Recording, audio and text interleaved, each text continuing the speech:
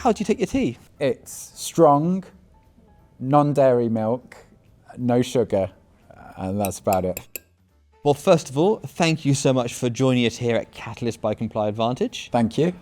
Who are you and what do you look after at ComplyAdvantage? But just tell us a little bit about yourself that we can't get from looking you up on LinkedIn. My name's Iain Armstrong, so I'm an executive director in our financial crime compliance strategy function. That's quite a mouthful, so we say FCC strategy. My background before I joined ComplyAdvantage was pretty much exclusively in the financial services industry in one shape or form. So I originally cut my teeth at the regulator here in the UK for just under 10 years, regulating financial institutions and unauthorised businesses. Following that, I spent around 12 years in some of the UK's biggest banks, always in risk and compliance roles, always centred around financial crime. So my role at Comply is really to take all of that experience and make it useful to both our internal employees, no matter what department you're in. So if you're an engineer, if you're a marketing person, if you're a salesperson, I'm here to try and help you to understand the world of our customers, so the world of our users. And then the flip side of that is to talk to those customers, to really keep my ear to the ground about what's keeping them up at night, what they might be concerned about in terms of the direction of travel, financial crime compliance, that I then need to listen very carefully to make sure that our products reflect what they need to see in a product like ours.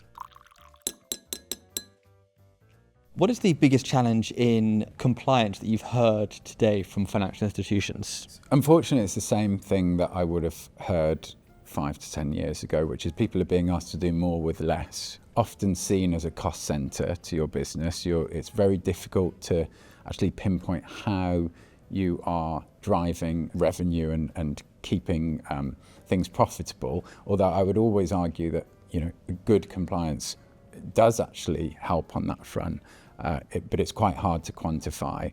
So there's this perpetual battle against the notion that your function is a bit of a drag on progress and on revenue generation. And so compliance teams get scaled back. I mean, I've really seen, it goes in waves, but I've certainly seen a lot of this in the last kind of 2 to 3 years, where firms are making, some of their compliance teams redundant, they're scaling back. And as I say, you're being asked to do more with less. And that's definitely still the case.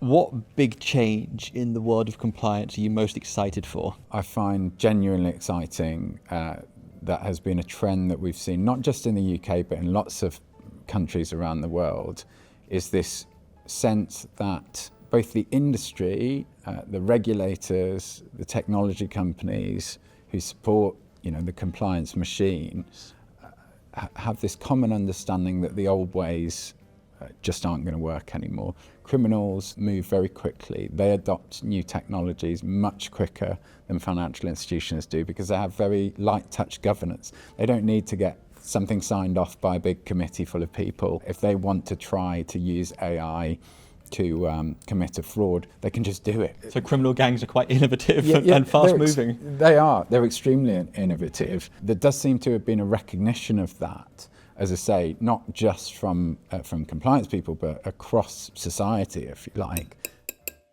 What are you most excited for? You take a lot of encouragement from I imagine you're about to say that we're quite forward thinking at ComplyAdvantage in this arms race against the criminals or something similar. So I take a lot of encouragement from the fact that there seems to be this across the board desire to improve things. And we as a technology vendor feel that way. Our customers feel that way, our prospective customers feel that way, regulators feel that way, law enforcement feels that way. So you put all of those things together and you have this environment where there is a really strong will to drive improvement and to take these new technologies like artificial intelligence and to fight back against those criminals who are using them, fight fire with fire, if you like. And where there's a will, there's a way, and there is this very strong will at the moment. I feel like the ground is kind of shifting beneath our feet, even in terms of how fast the attitude is changing.